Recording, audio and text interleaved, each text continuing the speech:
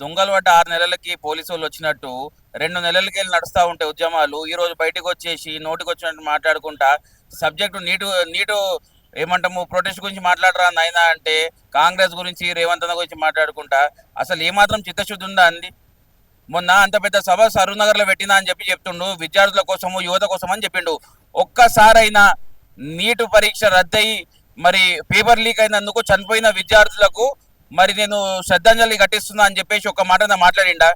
ఎంతసేపు కాంగ్రెస్ మీద ఏడుపు ఎట్లా అధికారంలోకి రావాలి, అధికారం పోయి అసలు తట్టుకోలేకపోతున్నాడు, నోటికి వచ్చినట్టు మాట్లాడుతున్నాడు.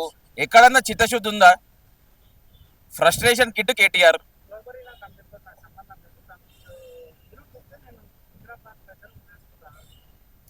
గ్లోబరీనా సంస్థకి నీకు సంబంధం లేనప్పుడు నువ్వు అధికారంలో ఉన్నప్పుడు ఎంక్వైరీ చేసి రిపోర్ట్ ఎందుకు బయటకు పెట్టలే?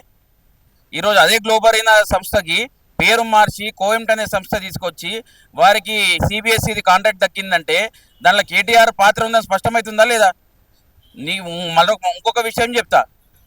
2 నెలల నుంచి దేశం మొత్తం గల్లీ గల్లీ ప్రతి ఒక్క విద్యార్థి బయటకు వచ్చి కొట్లాడుతూ ఉంటే నువ్వు దాచుకొని ఈరోజు ఎందుకు బయటకు వచ్చినావు? నిన్న నరేంద్ర మోదీ వీడియో పెట్టి విద్యార్థులకు సంఘీభావం తెలుపుతుందని చెప్పి మాట్లాడితే ఈరోజు కేటీఆర్ బయటకు వచ్చిండు. అంటే ఇప్పటి వరకు మోడీ పర్మిషన్ కోసం వెయిట్ చేసి మోడీ నిన్న బయటకు వచ్చింది కాబట్టి ఈరోజు కేటీఆర్ బయటకు వచ్చిండు. గ్లోబరీనా సంస్థ కూడా కోఎంటన్ పేరు మార్చి కాంట్రాక్ట్ ఇచ్చారు. దీన్ని బట్టి మీకు ఏం స్పష్టమవుతుంది? మోడీతోని లాలూచి పడి మోడీకి ఇన్ఫర్మేషన్ ఇచ్చుకుంటా మోడీతో కలిసి పనిచేసుకుంటా ఇంటర్నల్గా ఈరోజు విద్యార్థులను మోసం చేస్తుంది కేటీఆర్. కాబట్టి స్పష్టమవుతుంది.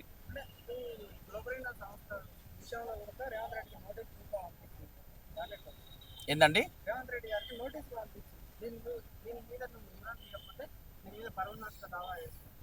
ఇగో ఇట్లా కేసులు వేసి మమ్మల్ని భయపెట్టిద్దామంటే కేటీఆర్ తాటాకు చెప్పలేక భయపడేటట్టు ఎవరు లేడు. ఇటువంటి కేసులు మస్తు చూసినాము. ఇగో ఎన్ని ఎన్నికలు ఉన్నాయి అన్ని కేసులు చూసినాము. నీకు సిగ్గు ఉంటే శరం ఉంటే ఫస్ట్ ఆఫ్ ఆల్ నువ్వు 10 ఏళ్ళ అధికారంలో ఉన్నప్పుడు ఎన్నైతే పేపర్ లీక్లు అయినాయో దానివల్ల ఎన్ని వేల మంది విద్యార్థుల జీవితాలు ఆగమైనాయో వాళ్ళందరికీ క్షమాపణ చెప్పు. ఈరోజు నువ్వు ఫ్యాన్సీ డ్రెస్ కాంపిటీషన్లో పాల్గొన్నట్టు నువ్వు నల్ల డ్రెస్ వేసుకొని వచ్చి ఈరోజు నేను విద్యార్థులకు సంఘీభావం తెలుపుతున్నా అంటే 2 నెలల నుంచి నువ్వు ఏ గాడిద పనులు తొమ్ముతున్నావు? సిగ్గుశరం ఉండాలండి. 2014లో ఎంసెట్లో అవకతవకలు జరిగినాయని ఆ రోజు అధికారులు బయటకు వచ్చి చెప్పారు. 2016లో ఎంసెట్ పేపర్ లీకేజ్ అయింది. 2023లో టీఎస్పీఎస్సీ పేపర్ లీకేజ్ అయింది. 2023లో SSC Telugu paper Hindi paper leak అయింది. ఇవన్నీ లీకేజ్లు పెట్టుకొని సిగ్గు లేకుండా ఏం జరగాలని చెప్పేసి ఇష్టం వచ్చినట్టు మాట్లాడుతుండు. ఎట్లయితుందండి? Subscribe us and press the bell icon for more interesting updates.